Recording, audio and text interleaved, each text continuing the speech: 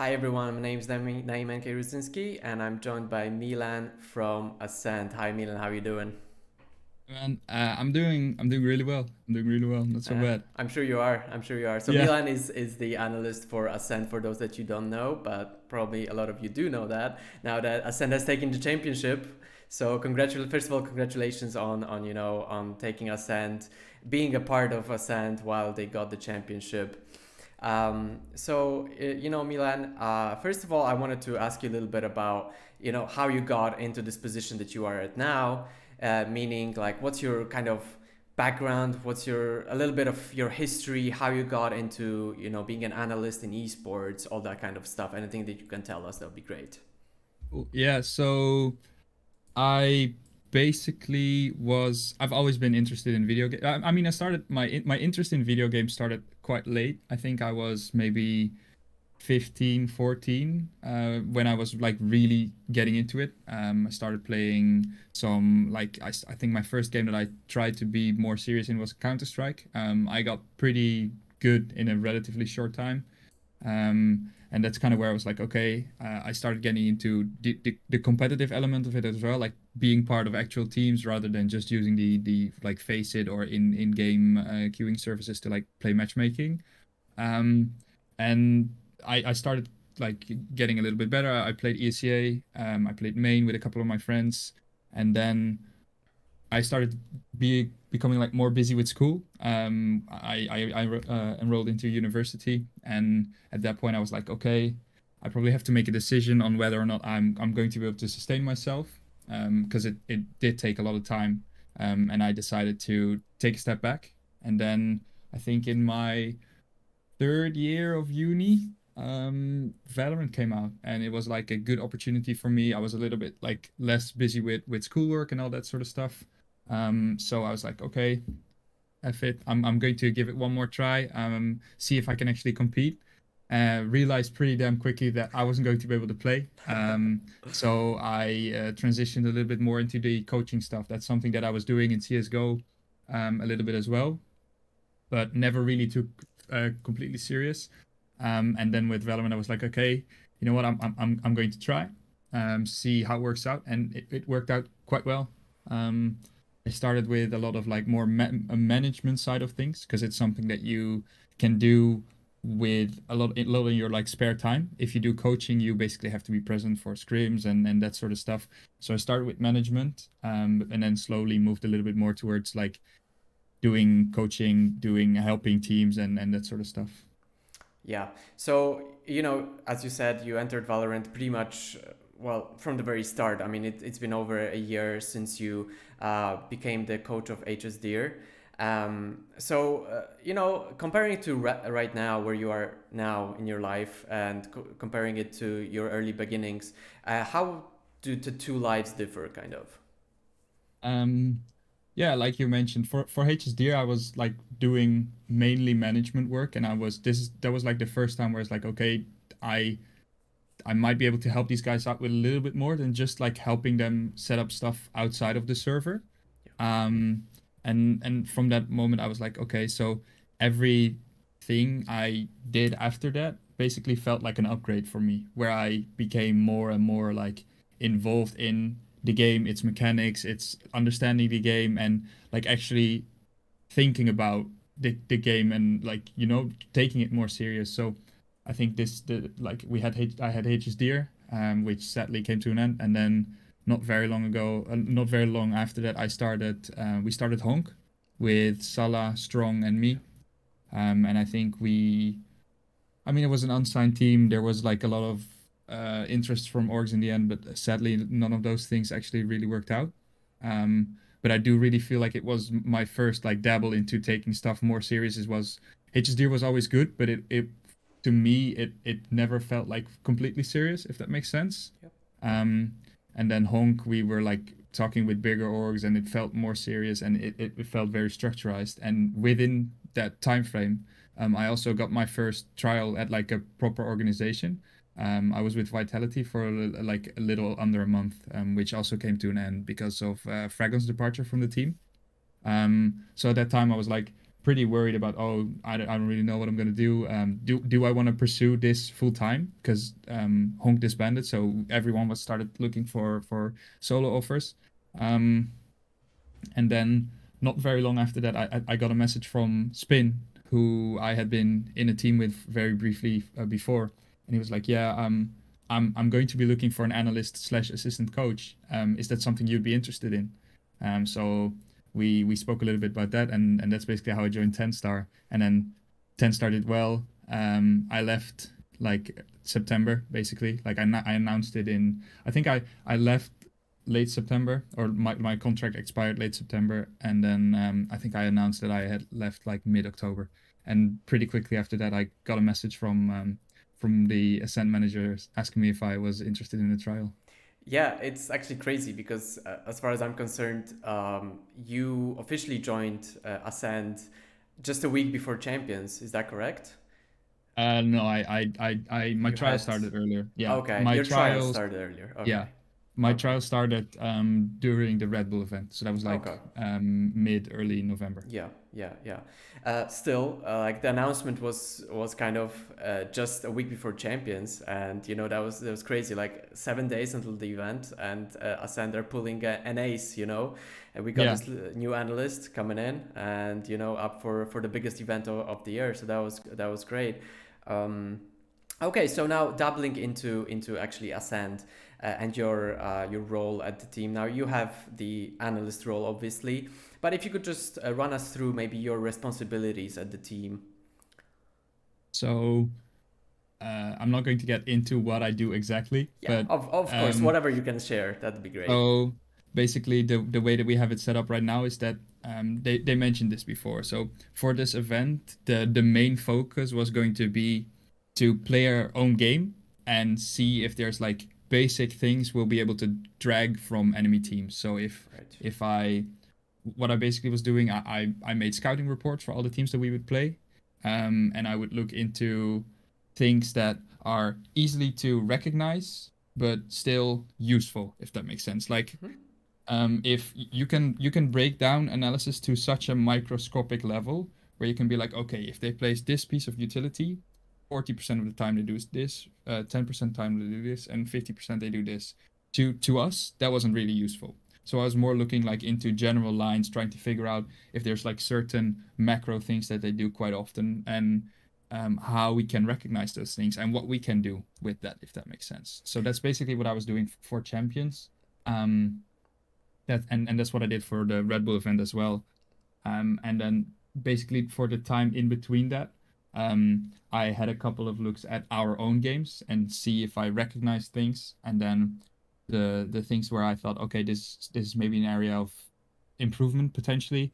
I passed that on to NBS, and then he would think about it or do stuff with it, or we would have conversations about what I would think and what he would think and how he can improve those sort of things, basically.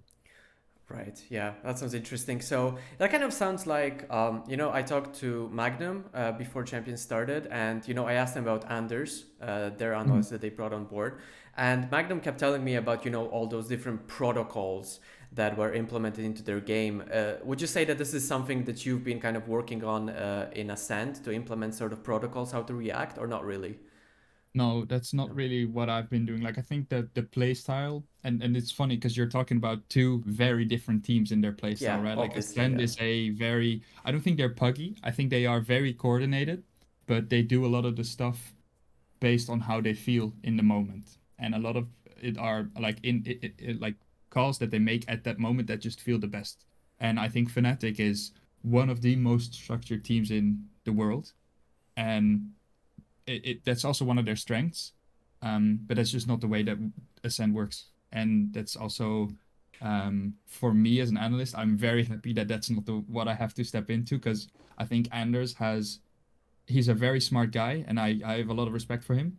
Um, and I can't imagine how much effort it must have been for him to implement that framework. And I know that from when he joined, because I talk with him occasionally, and he told me that he had basically been doing like these protocols, and he's starting and he has to rework all of their stuff, right? And as an analyst, that's completely different Yeah. from what I do, because I just joined and I kept everything like as not vague but simple as possible, so that I don't have to think about the implementation myself. I'm leaving that all up to them.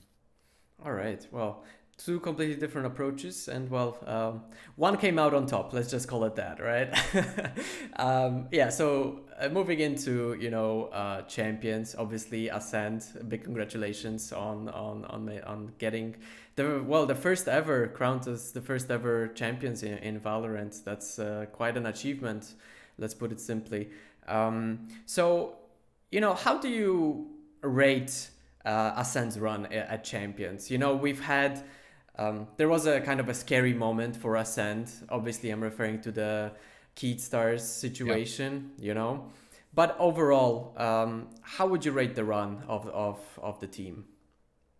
I think it was a near perfect run. Like this first series obviously was we lost it. Like we said this on Twitter, everyone agreed on this. Like this is a series that we got thrown a lucky bone for. They were the better team, and they just abused the bug, which is stupid in my opinion. Like still, I don't understand how any team with professional staff doesn't read the rulebook. And therefore, I think that the punishment itself was completely deserved. I will stand by those words as well. But they were definitely the better team during that series. But I think that after the series, maybe it was an eye opener. I know that they had a lot of talks with the mental coach as well, because I mean, this is also probably not a surprise to you. There was a lot of backlash also for something that the players had no control over whatsoever. And that's probably the thing that annoyed me the most about this whole like situation, was that they were getting death threats, they were getting sent insensitive stuff, and it was really bad for something that they essentially didn't play a part in, because it was VivoKeat that abused the bug and Riot that made the decision to punish them, which is yeah. um but I think after that they had a talk with the mental coach. Now I think that, and I said this to you already, I feel like every game we played was better than the one before. I think that the game against Envy was really good. The game against Secrets was I think we played. I don't even think we played super well in that game, but we made a team that had looked pretty strong prior, looked like they were a really bad team. And it could have been Secret having a really bad game, but I think it was also us just doing really well. And then obviously the Liquid series, it was one of the best series that like one of the most dominant series I think I've seen in a long time. And then the final against Gambit, I think apart from Breeze, a little bit of a choke on the second half, and being absolutely obliterated on Fracture, um, that was a really good final from us still. Um, so yeah, and that's kind of the issue with best of fives, right? You can't play every map perfectly. There's just no team that has a very efficient six map pool right now. Um, but yeah, and I think we still played a really, really, really good final. So I would rate it obviously 10 out of 10. One, we won, and two, I think we just played very good Valorant overall. Yeah, rolling back to that Liquid matchup that you mentioned, including myself, I was so surprised because I kept telling everyone this is gonna go to map three, this is gonna go to map three, and I was just so surprised by how confident and kind of well just powerful the Ascent players came out on stage, and just like they shook off the the Nivera and Scream, right, brothers, facing being across from them, and they were like, yeah, I don't care, we're gonna play our game, right? And they did just that, and going into the finals they look like a completely different team than at the beginning of Champions, right? It Yeah. was just crazy to see the gradual, as you said, the gradual improvement from match to match. It was quite a show that Ascend has put up for the world to see. Okay, so now which team do you think overall surprised you most, apart from obviously Ascend winning? I don't know if that's a surprise to you, maybe not. But which team overall would you say that you were like ruling them out before the event started, and then all of a sudden they were really really solid in their group or in the quarterfinals or semis? Yeah, I think it's not a surprise. But I think Crew obviously did really, really, really well. I remember watching their first series against Liquid, and maybe it was that was the because it in that series it felt like that was the Liquid that was promised, right? Like virtually anyone that you would ask, like, oh, who would you put top three? Pretty much everyone had put Liquid there because they played really good Valorant. Navarro looked like a great addition, and they looked really solid. And then that first series, they stomped Crew. I think it was like 13-4, 13-9 on Ascent or something like that. And it was a really, really, really dominant performance from them.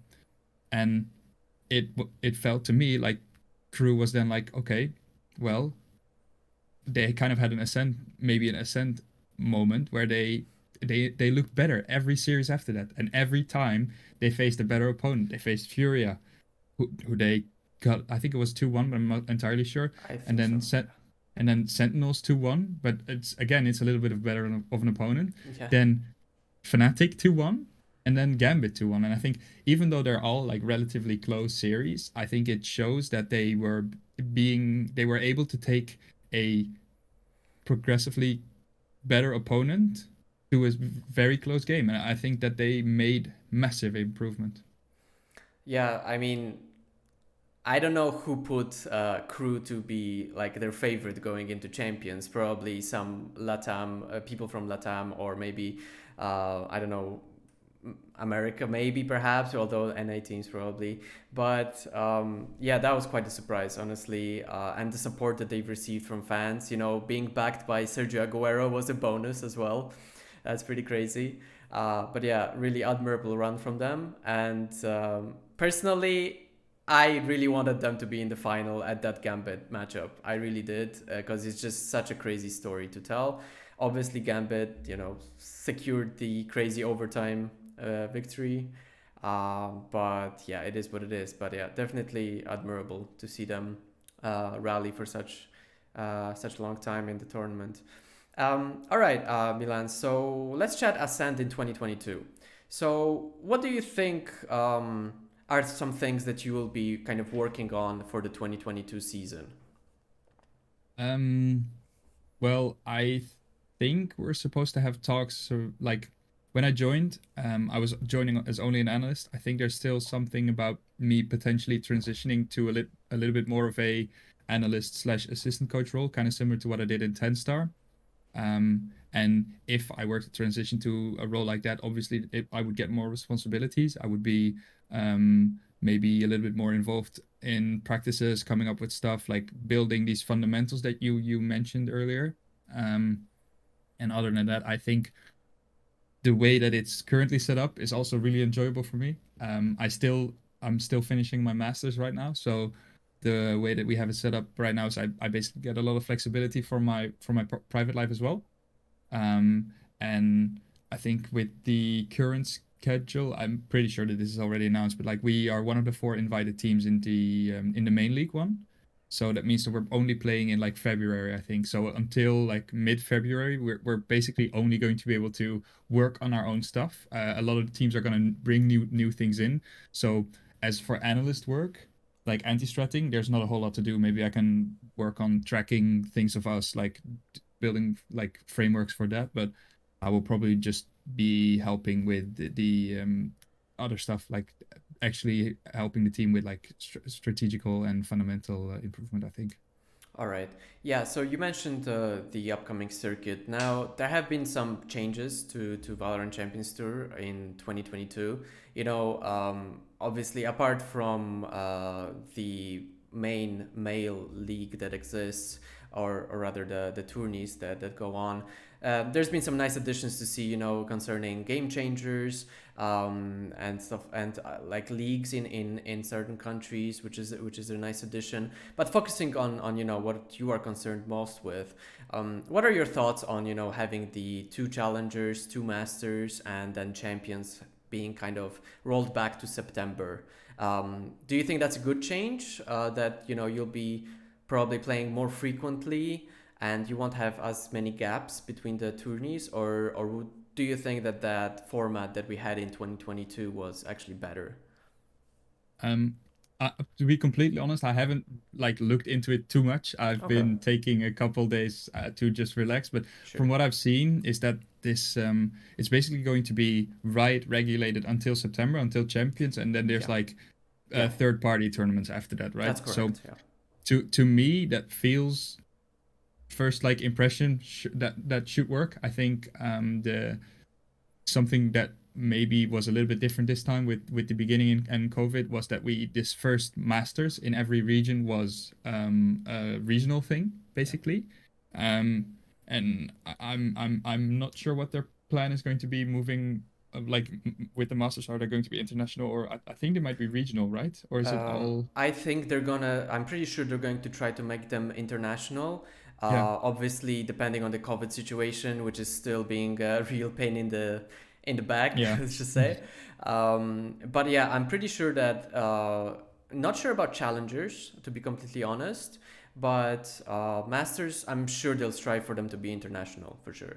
Yeah. Okay, yeah, that's great. Now, in that case, I think there's nothing to really complain. I really like the idea. If their goal is to make it a little bit more action packed, where you don't have these long breaks, I'm all for it. And as for the format itself, I think there's like this main league has 12 teams, and it's like a Yeah. couple weeks of playing against each other. I Yeah. think that's also going to be a lot more relaxing than having these because Mm-hmm. you only play in the weekends, right? And that means that you actually have like I really like a league system. I don't really watch League of Legends, but from what I've seen from their esports stuff is that I really feel like it gives you time to breathe and it really allows you to get some more structure, right? Because doing like tournaments 6 7 days in a row is very rough, and then only having a week break and having to continue straight on.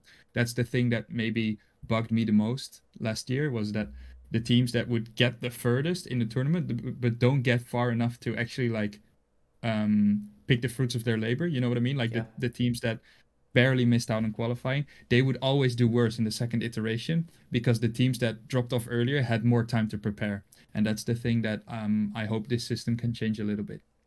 Yep, sounds great. All right. Um, so now moving into Valorant itself, as the analyst, I kind of wanted to get a little bit of an input from you about, this kind of shifting meta that we kind of have in Valorant. Now, obviously, uh, let's just compare it first of all to CS:GO, where in CS:GO we don't see as many changes happening to the game itself. Once in a while, a map will be replaced in the active duty pool. A gun may be changed slightly to buff it or nerf it, like we've seen the M4A1S lately get a buff. But in Valorant, every 2 to 3 months, there's a new agent. There might be a new map.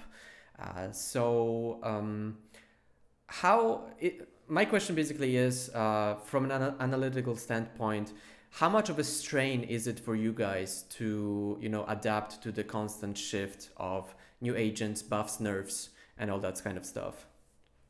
Um, I think, and this is the way that I genuinely feel, is that there, I think we had this like very big change of a lot of agents not very long ago. I think it was with season three, if that's the correct, or episode three, they changed like a bunch of agents at the same time.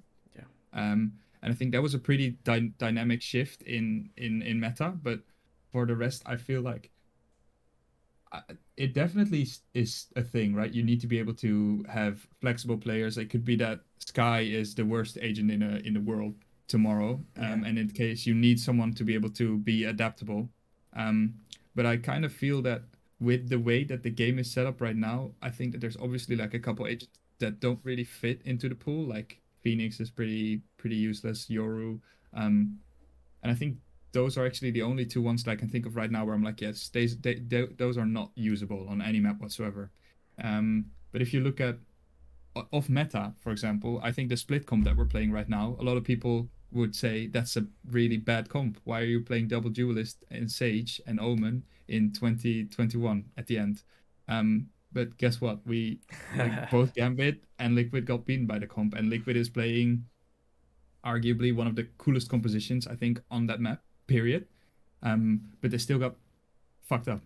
So I think that there's a lot of stuff that we can like move away from and look at what can these compositions do without looking at what is most common, what is the best, because I don't think the best exists basically. I think if you wanna implement a certain composition and you have good ideas with it, go for it.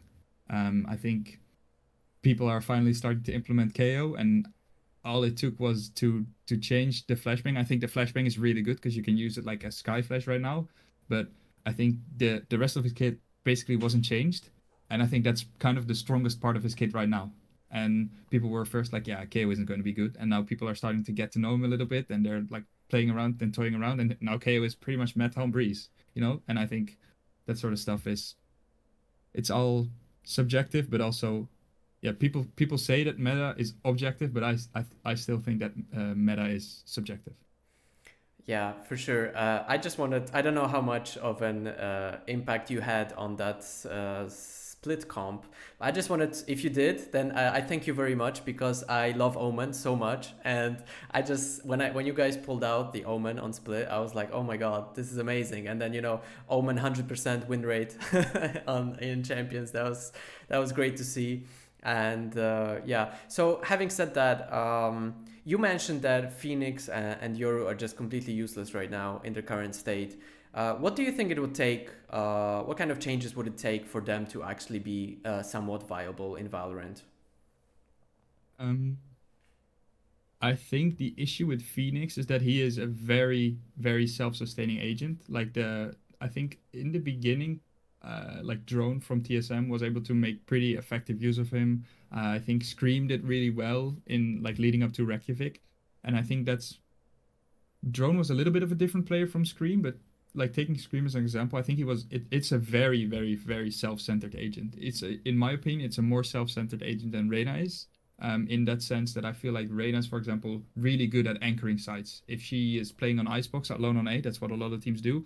They just leave Reyna here, and you can get one kill and dismiss. And it in that essence, you're not really helping your team with anything, but you aren't playing strictly for yourself. You're still doing something in a team context. And I think a lot of Phoenix kit doesn't really allow him to do anything for the team. Yeah, you can use a wall, you can use a molly, but they're both very short and they're also healing items for yourself, you know? So and the same goes kind of for the flashes. I think with Phoenix his really useful thing is his drone or his like ult right now. Um and yeah, I think Phoenix would need like a pretty big rework in order to make him like more effective in team play. And Yoru, yeah, I don't know. I don't really know what I would change with Yoru. I think they're doing some stuff with the steps already. I think they changed his fake out so that it Yeah. actually is like a Yoru that's running. And I think the flashes are fine. Again, same with Phoenix, where I feel like Yoru's flashes are a little bit more team oriented. But the rest of his kit, like his what else does he have? So he has the fake out. His TP is also like TP. kind of the TP in combination with the ult. You can do some really cool things with it, but I don't think it's very strong in a team environment, basically. Yeah, my gripe with Yoru is that apart from his flashes, it's difficult to enter sites with him because once you know how to play Yoru and you understand where he puts his TPs right across the side, and then he will most likely try to flash and then TP behind your back or whatever. But you can figure that out pretty quickly, you know. So yeah, they're trying some buffs, that the TP will I don't think stun, but rather make vulnerable. I think the opponents make them vulnerable or something like that, and you can fake it as well. That's I Yeah, guess a step in the right direction, but still I don't see him to be this agent that can enter the site for the team like Jet or a Raze or those other duelists. And yeah, yeah, for an sure. interesting case for sure. So having said that, you mentioned KO being one of the agents that we've seen more and more of at Champions. Where what are your thoughts on the current meta? Basically, is what I want to ask you. Is it in the right place, or do you think that maybe there are some changes overall needed to kind of shift it in a direction that's favorable for you? Because as you said, it's kind of subjective, right? Yeah, I mean, I feel like this is a moment, maybe, but this might be. I don't feel like there's a clear meta right now on pretty much. I mean, Breeze and Icebox are exceptions, and maybe Fracture because it's people are still trying to figure it out. But Yeah. I think that on pretty much every other map in Champions, we've seen teams play essentially very different and weird compositions. Like on Split, we've seen Gambit's comp versus our comp, which are two completely different play. Like one has a Viper and a Sentinel and a Sky, and the other has a Sage and Omen and two Duelists. It plays very differently, and I think that's a case on a lot of maps right now. Even on Bind, you have some teams playing with no Viper, some teams play Viper and a Sentinel, and it's a little bit all over the place right now. And I think that's actually quite good because that means that we are in this position where it doesn't really matter which agent you use. It matters in which way you utilize them, and I think that's really good. And that obviously means that you can just do whatever you're not forced to do anything. You can just do whatever you want to do as long as you have the correct backing for it. I think that's really good. Yeah, I have to agree with that. I mean, the fact that we've seen so many different comps and at champions and utilized in different ways, it's great to see. It's great to see not all, all teams just spamming the same agents against each other and having whoever can handle the agents better in their own environment. It's great to see. It's fantastic. Um, right, Milan. So a new agent has entered the game not long ago. Obviously, we didn't get to see him at champions because of the cooldown period and everything. What are your thoughts on Chamber overall? Good Sentinel, bad Sentinel? I said this before that I think that he isn't that bad, but Okay. I'm not so sure anymore. I think he might be very similar to Phoenix and Yoru in that sense that he is a very self-centered agent with his one of his abilities literally being a pistol that you can buy. His operator is pretty much only for you. Like I think he has a lot of stopping power with the op. Like if you hit your first shot and it's the first guy in, you basically break their whatever they're trying to do at that moment. So he could be good. And I don't know because I haven't given him any thoughts. I've been busy with other things, but from the outside, his kit it just looks like a very weird kit where they scraped some stuff together. Like the op and the pistol are very duelist centered. I feel like, but then his TP is more. I think his TP is also kind of duelist centered. And then he has the two alarm bots, and they were like, "Oh, yeah, this is alarm bot, so he's automatically a sentinel now." I feel like yeah, he could be good, but I don't know. I haven't seen enough of it. I don't think he has been played by any teams at a high level yet. So I'm excited to see if that's actually going to be viable. Yeah, I've been scouring Reddit for some comments on Chamber, and basically from the community's consensus, it appears that they think that he can be good in the right hands, and Yampi is a perfect example of a player that could be really good on Chamber. We are Yeah. yet to see that, but yeah. Do you think maybe in the future we'll see some Chamber on the team? Do you think someone on on Ascent is capable of handling Chamber and making good use of him within the team environment? I mean, I think so.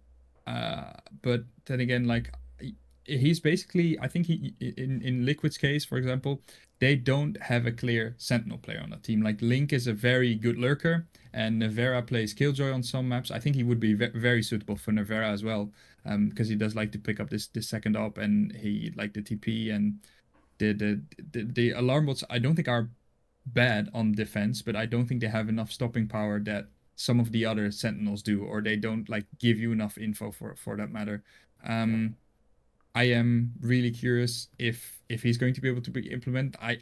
I think any team should be able, like that's what I said to you as well. Like a flexible team should be able to implement any agent. What if they change one thing and Chamber becomes the best agent in the game? You should be able to implement them. So Yeah. sure, Ascent will probably find a way, but so should every other team. Yeah. Fantastic. All right, Milan, last question for you.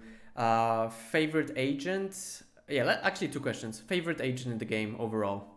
For me to play Yeah. or To to, play and watch, whatever. I mean, I'm not really good at this game. That's That's something totally that's fine. really frustrating. I'm like, I think I'm like diamond, all like, and it's really pains me because I want to say Jet, but I don't think I'm good enough to call myself a Jet main. I think Jet is just a fun agent to play. When I play this game, so Sure. we do a lot with the coaches, we do like 10 mans where we just have fun and we banter a bit, we talk a lot about the game, and we just play competitive like against each other. Um, and there I can get away with playing Jet because I am like in the middle of the pack somewhere and I can get some kills, have some fun, do some dashes, updrafts, whatever. Um, I also really like Viper. Um, so yeah, I think those two are my favorite, but I don't really have a preferred agent. I can pretty much play any agent, and I don't Okay. really care that much. So you're a flex, basically. You'll adapt. I'm yeah, a legitimate flex player, sure. Yeah, awesome. It really pained me though that you said that you're not very good, and then you said diamond. I just hit diamond not long ago, so kind of Um, makes me sad. yeah. But it's okay. It's fine. Mm. I'll live with it. Yeah, but I mean, I think we have a very like seeing where I come from as playing video games. Like I used to like absolutely stomp people in Counter Strike, right? And that was because I was playing like 6 7 hours every day, and coming to Valorant right now and just being like, I think if I tried, I could become like actually pretty decent at this game, but I don't really have the time for it right now. You know what I mean? And plus, I think the position where I'm in right now, I just have so much more fun, so much less stress, Yeah, so obviously. so much Yeah, better. comparing, to being on the stage there and having to perform, I think, yeah, your job is much less stressful, that's for sure, right? Yeah. But yeah. All right, and my second question was, oh yeah, goals for 2022, personal goals as well as goals for Ascend. I mean, I want to win everything I play. That's always been a goal. That's also not necessarily the reason, but I had a pretty good feeling that when I would leave 10 star that I could get a little bit of a step up maybe. And for me, I just want to be the best in the world. And I, something that I'm struggling with right now is I think in theory, the best team has has to have the best support backing stuff. You know what I mean?